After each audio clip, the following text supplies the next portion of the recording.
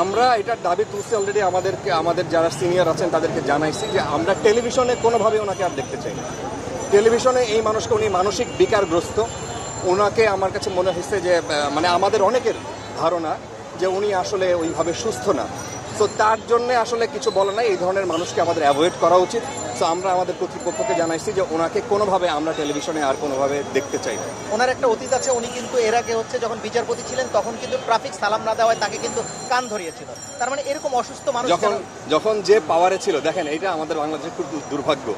আমার ধারণা ছাত্ররা যে জিনিস দেখাই দিছে, আমাদের এই দুর্ভাগ্যের জায়গাটা একদম ধরে ধরে চিহ্নিত করে দিছে যে আপনি এই সিস্টেম রাখতে পারেন না, আপনি এই আমলাতন্ত্র, আপনি থানায় গেলে পয়সা লাগবে, আপনার একটা পাসপোর্ট করতে গেলে পয়সা লাগবে, আপনার একটা ছোট্ট সেবা নিতে গেলে যেটা আপনার মানে অধিকার, সেটা গেলে আপনার তদবির লাগবে, আপনার একটা চাকরি নিতে গেলে এই যে মানুষ খুবই নোংরাভাবে বলতেছে, দেখাই দিচ্ছে হাতে একদম পয়েন্টিং করে দেখাই দিচ্ছে এই জায়গাটা। যখন যে পাওয়ারে ছিল, আপনি যার কথা বললেন যে উনি যখন পাওয়ারে ছিলেন তখন একজন মানুষকে তার পছন্দ হয় না, তাকে ধরে কান ধরে উঠবস করিয়েছে।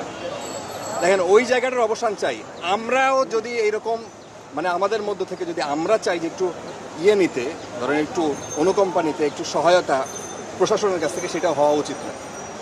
বাংলাদেশে তো এখন এমন একটা অবস্থা হয়েছে যে আপনি যদি একদম সাধারণ মানুষ হন, আপনি কোনো জায়গায় গিয়ে কোনো সেবা পাবেন না, আপনার তদবির করাইতে হবে, নাহলে আপনার এক্সট্রা অর্ডিনারি কিছু হইতে হবে।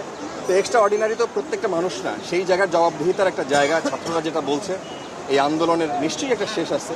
তো আমরা দেখব, আমরা যারা মাঠে কাজ করছি, সাংবাদিক হিসেবে কাজ করছি, তো আমাদের মূল কথা হলো আমাদের নিরাপত্তার জন্য আপনাদের কাছে, সাধারণ মানুষের কাছে অনুরোধ জানাতে চাই।